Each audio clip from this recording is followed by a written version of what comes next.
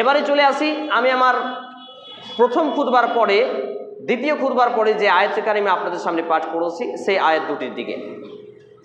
প্রথম আয়াত পাঠ করেছি, এটি হচ্ছে সূরা আল আলাক ৯৬ নম্বর সূরা, ৩০তম পারা, ৬০৩ পৃষ্ঠা কুরআনুল কারীম, আয়াত নম্বর ১ এবং ২। আল্লাহ রাব্বুল আলামিন তিনি বলছেন, ইকরা বিসমি রাব্বিকাল্লাযী খালাক খালাকাল ইনসানা মিন আলাক।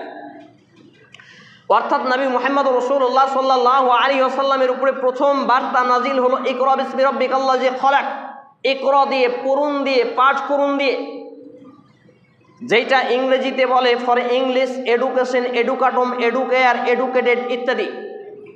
हिंदी में इसको बोलते हैं शिक्षा, बांग्लाई बोलते हैं शिक्षा। এইভাবে এক একটা ভাষায় এর নাম দেওয়া হয়েছে, আবার রিড, রিডিং ইত্যাদি এইভাবে। তাহলে আমি এবং আপনি প্রথম লেভেলে মুসলিম পরিচয় বহন করতে গিয়ে আমার এবং আপনার উপরে যে বিষয়টাকে ফরজ করা হয়েছে সেটা হচ্ছে কি?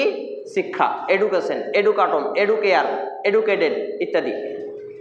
তাহলে এই শিক্ষাবিহীন আমি এবং আপনি মুসলিম কি করে হতে পারি? ওইখানে একজন মুরব্বী ঘুমাচ্ছে, দেখেন তো, ইশারা করেন। এইভাবে আমাকে এবং আপনাকে